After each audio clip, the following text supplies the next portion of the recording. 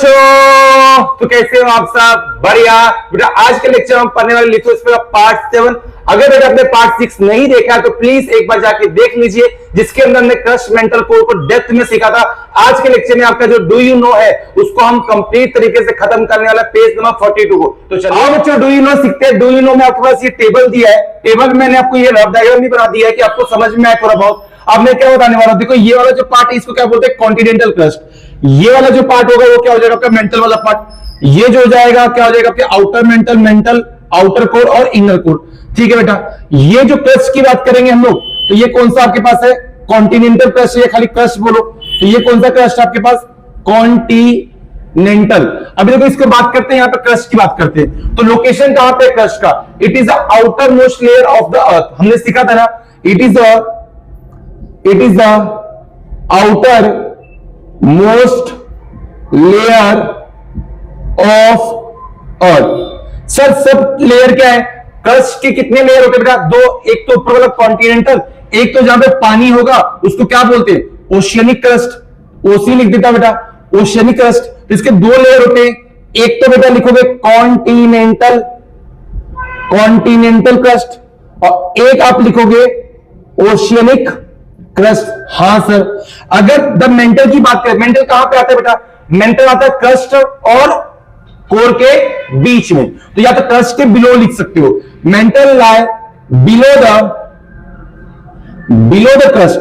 Crust के नीचे आता है। कहां आता है बेटा? क्रस्ट के नीचे। तो ये वाला क्या हो जाएगा आपके पास? Outer mental.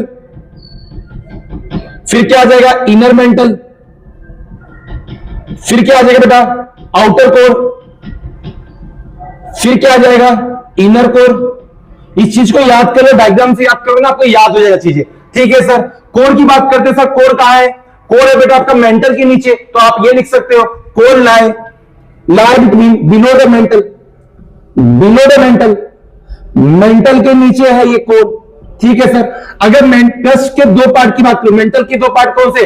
एक तो सर आउटर मेंटल है, एक तो इनर मेंटल है। लिख दो यहां पे outer mental, outer mental. Book अपने पास रखो, आपको याद हो जाएगा। इनर मेंटल, और डायग्राम को आपको बनाना है। और यहां पे अगर बिलो द मेंटल की बात करें, जहां पे कोर की बात करते हैं, तो कोर के सब डिवीजन क्या है? आउटर कोर और इनर कोर। लिख दो यहां पे outer core and sir inner core. ठीक है सर। अगर स्टेट की बात करें तो ये किस स्टेट में आता है? देखो बेटा आपके पास अगर बात करूं, ये जो स्टेट है यानी सॉलिड है, लिक्विड है, गैस है, तो जो आपके पास ये वाला ओशियनिक और कॉन्टिनेंटल क्रस्ट है वो किस स्टेट में बेटा? सॉलिड में। मेंटल की बात करें उसमें भी आउटर मेंटल की बात करें तो ये सॉलिड में नहीं है, सेमी फ्लूइड में। बट मैं इन दोनों कंपैरेटिव में लिख रहा हूं तो मैं इसको बोलूंगा सेमी फ्लूइड है, मतलब ना ही सॉलिड है सर और ना ही लिक्विड है। ये किस में है बेटा आपके पास?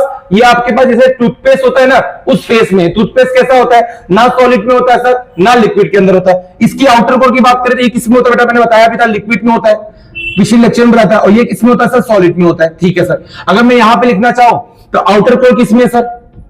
लिक्विड में। इनर कोर किस में सर? सॉलिड में है। आउटर मेंटल किस में सर? सेमी फ्लूइड के फॉर्म में है। और ये वाला तो सॉलिड के फॉर्म में है, मैं लिख देता हूं। और ये दोनों भी क्या है? सॉलिड के फॉर्म में। सर थिकनेस की बात करो तो जो कॉन्टिनेंटल क्रस्ट होता है बेटा, इसका जो थिकनेस होता है ना वो 3 से लेकर 5 सेंटीमीटर किलोमीटर तक होता है।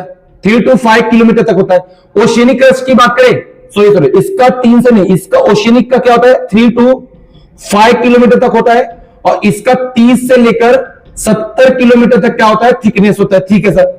अगर मैं मेंटल की बात करूं, मेंटल का बेटा थिकनेस क्या होता है? इसका थिकनेस कितना है? कॉन्टिनेंटल क्रस्ट का थिकनेस कितना है सर? ये 30 से लेकर 70 किलोमीटर तक है। इसका थिकनेस कितना है? 3 से लेकर 5 किलोमीटर तक है। आउटर मेंटल और इनर मेंटल का थिकनेस कितना है सर? इसका है 2900 किलोमीटर। कितना बेटा? 2900 किलोमीटर। लास्ट लेक्चर में ये सब पढ़ लिया, बट कंपेरेटिव कंपेयर करके पढ़ो तो चीजें याद रहेंगी। ठीक है बेटा। और अगर इसकी बात करें तो इसका थिकनेस कितना है बेटा? यहां से लेकर यहां तक ये है सर 3400 किलोमीटर। लिख दो 3400 किलोमीटर। आई होप आपको ये चीज समझ में आया। अब टेम्परेचर की बात करते हैं। टेम्परेचर कितना है इसका? 0 डिग्री सेल्सियस आपका टेम्परेचर। 15 डिग्री सेल्सियस आपका टेम्परेचर जो होता है बेटा वो होता है वो होता है आपके पास सरफेस के ऊपर। और बेटा आपका जो टेम्परेचर बढ़ता है वो 1 डिग्री सेल्सियस बढ़ाने के लिए आपको टेम्परेचर कितना होगा, 32 मीटर आपको डेप्थ जाना पड़ेगा। इसका जो होता है वो 1400 डिग्री सेल्सियस से लेकर 3000 डिग्री सेल्सियस तक टेम्परेचर अप्रोक्स की बात कर रहा हूं। इसका होता है 3000 से 3000 डिग्री सेल्सियस। इसका कितना होता है, डबल कर दो, 6000। डेंसिटी की बात करें तो 2.7 ग्राम पर सेंटीमीटर होता है। इसका जो डेंसिटी होता है वो 3.0 ग्राम पर सेंटीमीटर होता है। इसका डेंसिटी जो होता है वो कितना होता है, 3.3 ग्राम पर सेंटीमीटर। इसका डेंसिटी जो होता है वो कितना होता है, 5.5 ग्राम पर सेंटीमीटर। ठीक है बेटा। और इसका डेंसिटी कितना होता है, 10 ग्राम पर सेंटीमीटर।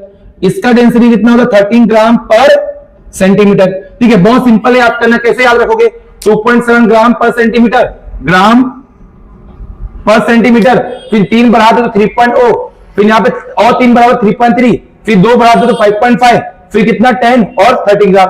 कॉन्टिनेंटल क्रस्ट कितना है, यहां पे आप चाहो तो लिखो 2.7 ग्राम पर सेंटीमीटर। ओशियनिक की बात करें तो कितना आपके पास ये है बेटा 3.0 ग्राम पर सेंटीमीटर।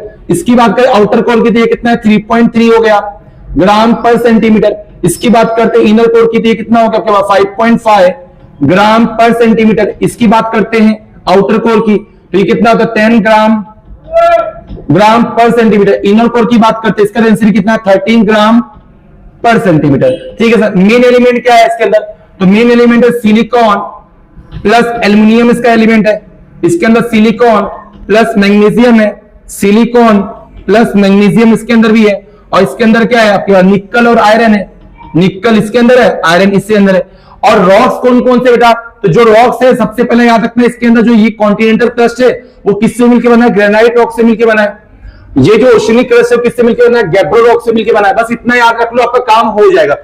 बेटा लेक्चर आपको समझ में आया होगा। मिलते हैं बेटा पार्ट 8 के अंदर। अगर वीडियो पसंद आए तो लाइक करना और कमेंट जरूर करना कि लेक्चर कैसा है आपके लिए। मिलते हैं बेटा पार्ट 8 के अंदर।